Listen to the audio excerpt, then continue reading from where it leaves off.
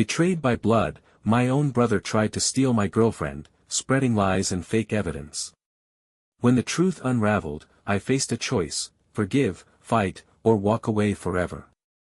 I never thought I'd be the type to post on a relationship advice subreddit, but here I am, trying to make sense of the chaos that's become my life. It started out so simple, so perfect. I met Sarah almost 2 years ago at a mutual friend's party.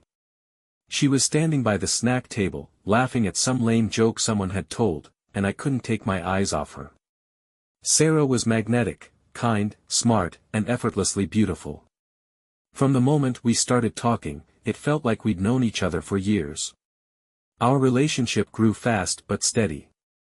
Sarah became not just my girlfriend but my best friend. We supported each other through everything: her stressful job as a nurse, my long hours trying to grow my small business. I'd never been so sure about someone before. She fit seamlessly into my life, and for a while, it felt like nothing could shake what we had. Then there was Jake, my older brother. Growing up, our relationship was complicated. Jake had always been the golden child, the one who could do no wrong in our parents' eyes.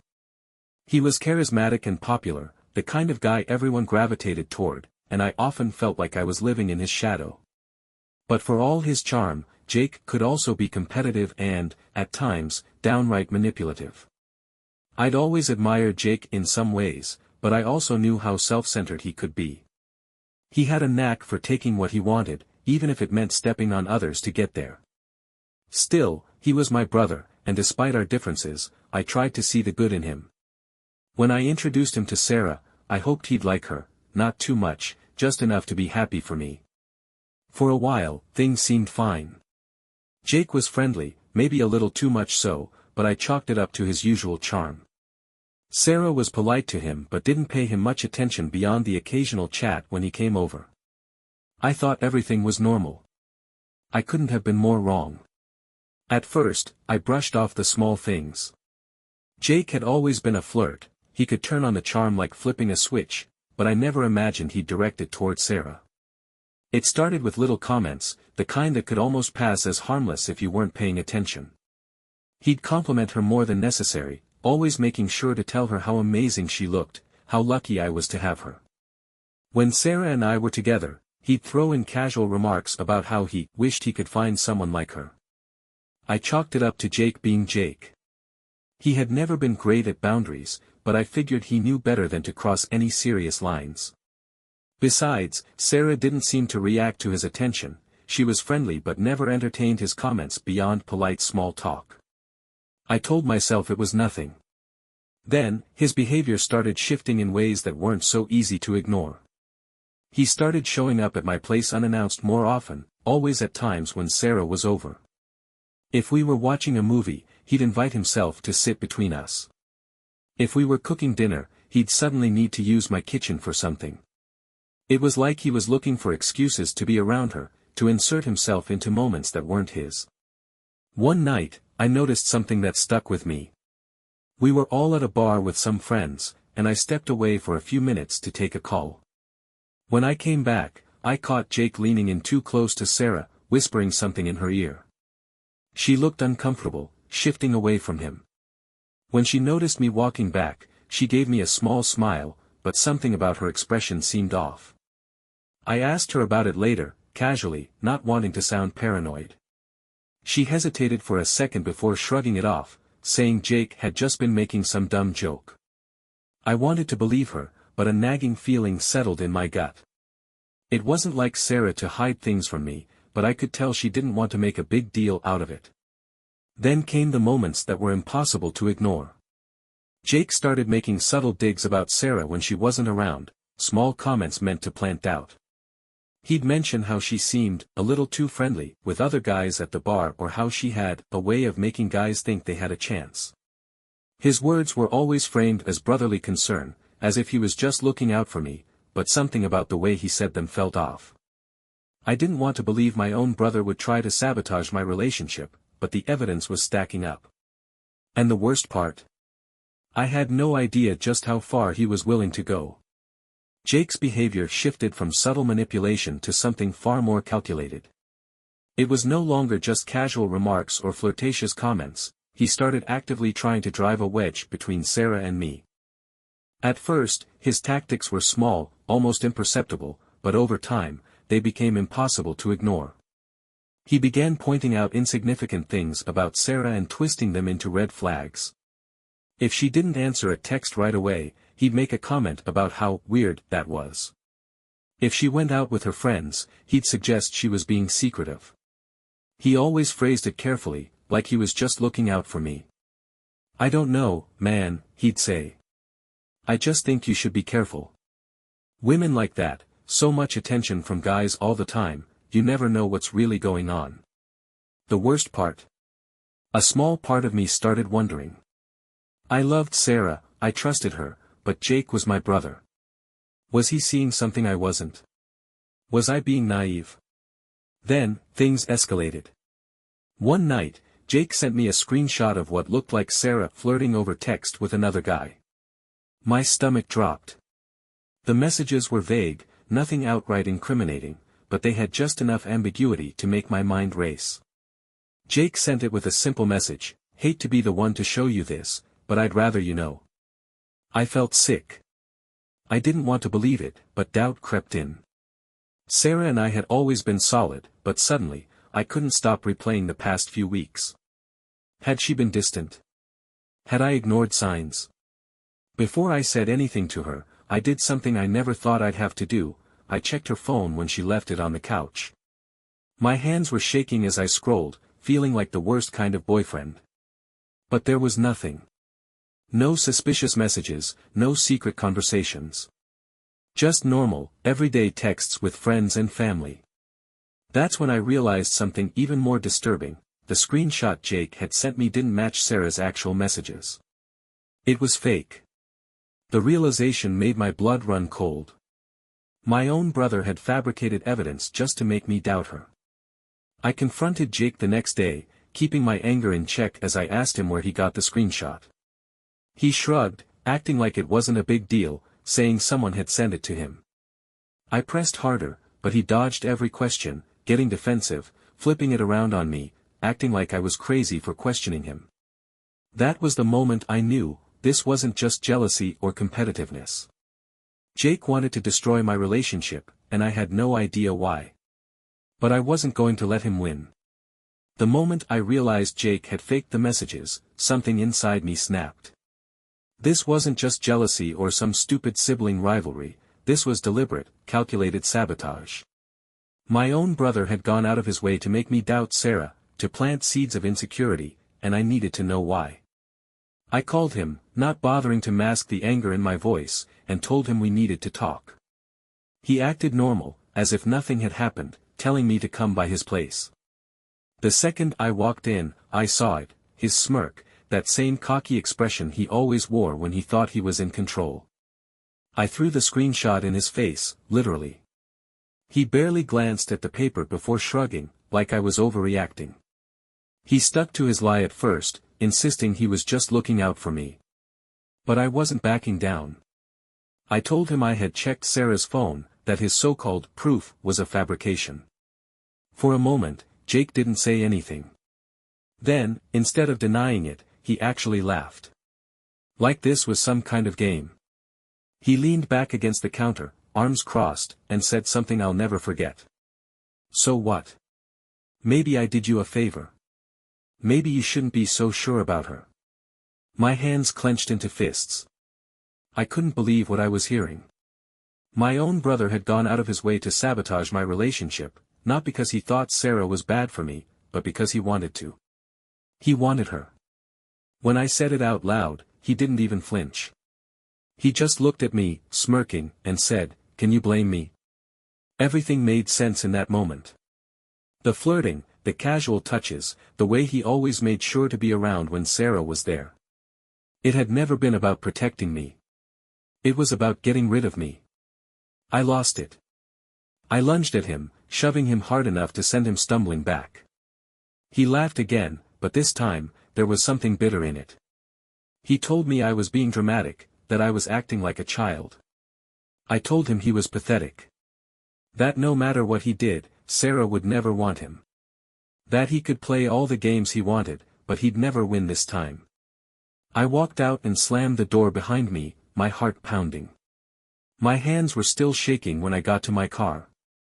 I had never felt so betrayed in my life. My own brother, the person who was supposed to have my back, had tried to ruin something good just because he couldn't stand seeing me happy. But the worst part? I still had to tell Sarah. And I had no idea how she would react. Driving home, my mind raced. I felt sick, betrayed, furious. Jake had always been competitive, always had to be the center of attention, but I never thought he'd stoop this low. It wasn't just about Sarah, it was about control. He couldn't stand that I had something he didn't, so he tried to destroy it. But the betrayal ran deeper than just what he did. Jake wasn't just some guy trying to mess with my relationship, he was my brother. The person I grew up with, the one who was supposed to have my back. We weren't always close, but there had always been an unspoken rule: we were family. That meant something. Or at least, I thought it did. Now, I wasn't sure if I even knew him at all. By the time I got home, I felt drained, but there was still one thing left to do. I had to tell Sarah. She was sitting on the couch when I walked in, looking up with a smile that faded the second she saw my face. I didn't know how to say it, so I just sat down next to her, ran a hand through my hair, and told her everything. At first, she didn't react, just listened in stunned silence. When I got to the part about Jake faking the texts, her whole body tensed. When I told her that he had admitted to going after her on purpose, she looked away, her jaw clenched tight. Then, she spoke. Her voice was quiet but firm. She said she had always felt uncomfortable around Jake, but she never wanted to make a big deal out of it. She thought maybe she was overreacting or misreading his behavior. But now, knowing what he had done, she felt sick. She asked me if I believed her. That question nearly broke me. The fact that she even had to ask proved how much damage Jake had done. I grabbed her hands and told her, without hesitation, that I trusted her. That I was sorry for ever doubting her, even for a second. She nodded, but I could tell she was hurt, not just by Jake, but by everything. By the fact that my own brother had tried to ruin us. By the fact that I had let his words get into my head. We sat there in silence for a long time, both of us trying to process everything.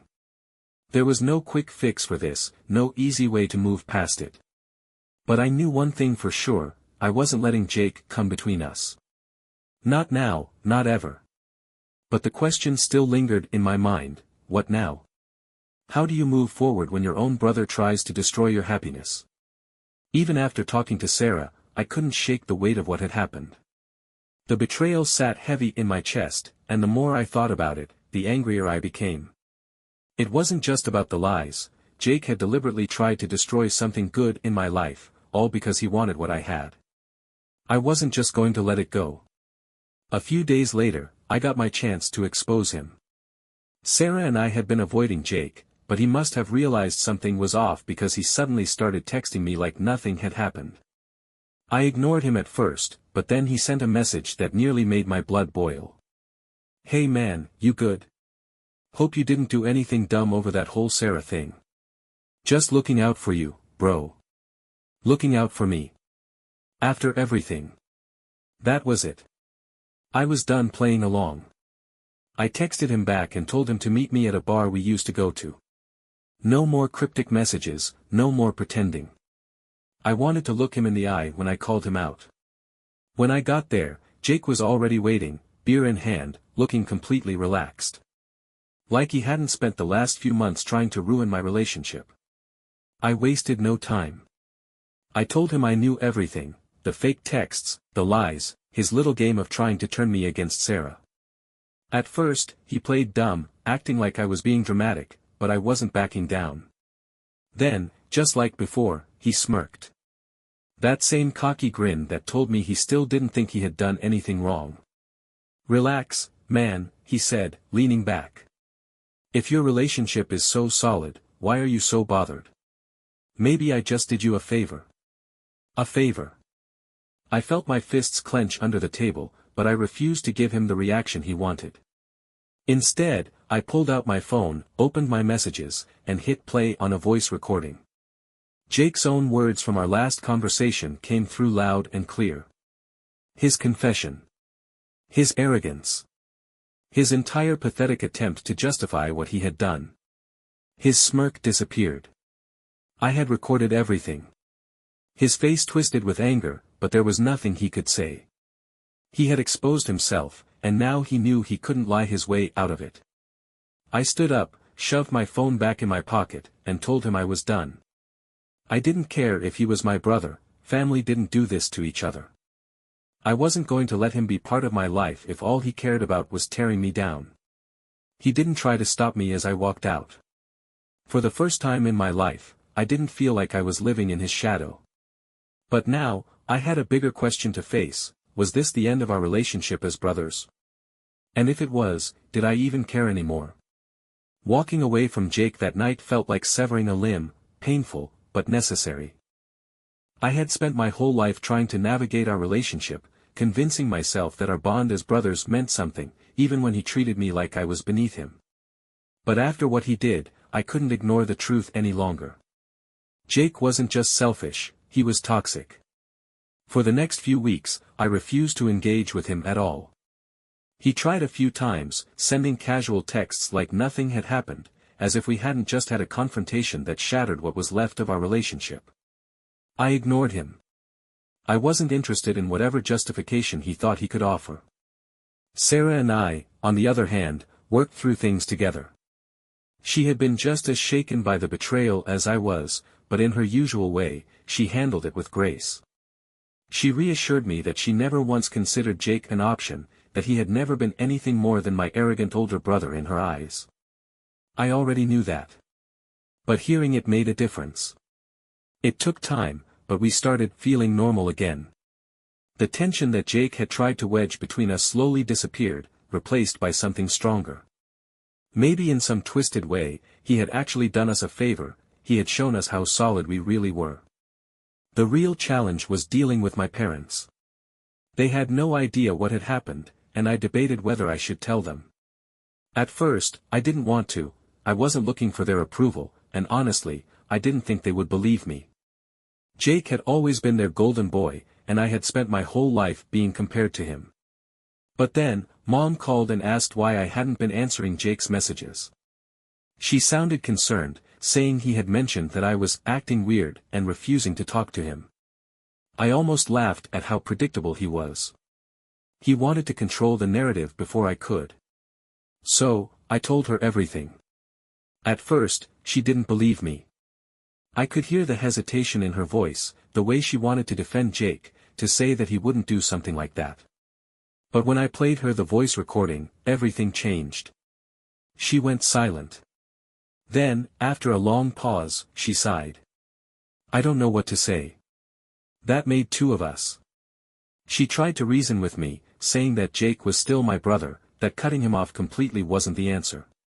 But I stood my ground. I told her I wasn't looking for permission to distance myself, I had already made my decision. Dad's reaction was even less satisfying. He didn't condone what Jake had done, but he also didn't seem surprised.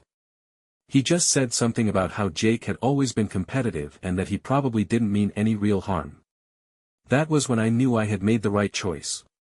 They weren't going to hold him accountable, but I didn't need them to. I wasn't looking for validation anymore. I was done being in Jake's shadow, done trying to fix something that had never really been whole in the first place. Jake had made his choice. Now, I was making mine. After I told my parents everything, I could feel the shift. They didn't fully side with me, but they couldn't outright defend Jake either. Mom was upset, but more in a this is tearing the family apart way rather than truly acknowledging how messed up Jake's actions were. Dad, ever the neutral figure, just sighed and said that, brothers fight sometimes. But this wasn't just a fight. I had made my decision, and I wasn't backing down. I told them plainly, I wasn't going to be around Jake anymore. I didn't care about family holidays, birthdays, or whatever excuses they came up with to get us in the same room. If they wanted to keep a relationship with him, fine. But I was done. It didn't take long for Jake to realize what was happening. He tried to act like nothing was wrong at first, casually texting me about random things. When I ignored him, he pushed harder, calling me, leaving messages, even stopping by my place once. I didn't let him in. The final message I got from him was the most telling. "So this is it? You're seriously cutting me off over some girl? Over some dumb misunderstanding?" Some girl. A dumb misunderstanding. Even then, he refused to take responsibility. He didn't apologize, didn't admit what he did, didn't acknowledge the damage he had caused. It was just another game to him, another way to manipulate the situation so that he wasn't the bad guy. I didn't respond. I blocked his number instead. It wasn't easy at first. There were moments when I questioned myself, when I wondered if maybe I was being too harsh, if I was really ready to cut my own brother out of my life. But every time doubt crept in, I reminded myself of one simple truth: family doesn't do this to each other. I thought back to all the years I had let Jake get away with things, all the times I had let his competitiveness, his need to be better, dictate my own self-worth. He had always been the one in control, and I had always been the one expected to tolerate it. Not anymore.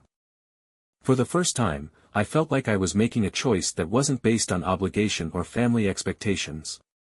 It was based on respect for myself, for Sarah, and for the kind of relationships I wanted in my life. And Jake? He had no place in that anymore. Cutting Jake out of my life wasn't just about avoiding him, it was about reclaiming my own sense of self. For years, I had let him set the tone for our relationship, constantly adjusting to his games, his manipulations, his need to always be the one in control. Now, for the first time, I was choosing something different. Sarah was my biggest source of strength through it all. After everything, I expected some lingering damage between us, trust issues, resentment, maybe even distance. But instead, we grew stronger. She saw the way I stood up for her, how I refused to let Jake's manipulation poison what we had. In a way, his sabotage had backfired completely. We talked about it often in the weeks that followed, processing the damage Jake had left behind. There was no sugarcoating it, what he did had shaken us. It had changed the way I viewed family, the way I thought about trust. But instead of letting it break me, I used it as a lesson. One night, while sitting on the couch together, Sarah asked me if I thought I'd ever forgive him. I didn't have an answer. Forgiveness wasn't something I was ready to offer, and maybe I never would be. What Jake did wasn't just a mistake, it was a choice. A deliberate, malicious decision to sabotage my happiness for his own selfish desires. I didn't owe him anything. But at the same time, I wasn't angry anymore. I wasn't carrying the weight of his betrayal like I had in the beginning. Instead, I felt free. For the first time in my life, I wasn't living in Jake's shadow. Months passed, and eventually, the dust settled. My parents still talked to Jake, but they didn't bring him up much around me. I think they sensed that I wasn't going to change my mind, and after a while, they stopped trying. Jake, on the other hand, disappeared from my life completely. No more calls, no more messages. He had tried to manipulate the situation and lost. And Jake? He hated losing. I heard bits and pieces about him through family, how he was still single, still bouncing between women, still the same person he had always been. Part of me thought that maybe one day he'd change, that maybe he'd realize the damage he had done and try to make things right. But I wasn't waiting around for that. Sarah and I moved in together a few months later. Without Jake lurking in the background, our relationship flourished in ways I didn't even realize it needed to. We started planning for the future, real, solid plans that weren't weighed down by manipulation or insecurity. I used to think that family was something you had to hold on to no matter what. That no matter how much pain or toxicity was involved, you had to keep trying because they're family. But now, I know better. Family isn't just blood. Family is the people who respect you, who support you, who don't actively try to tear you down. Family is built on trust, and once that trust is broken beyond repair, there's no obligation to keep pretending. Jake made his choices. And I made mine. And for the first time in my life, I was at peace with that.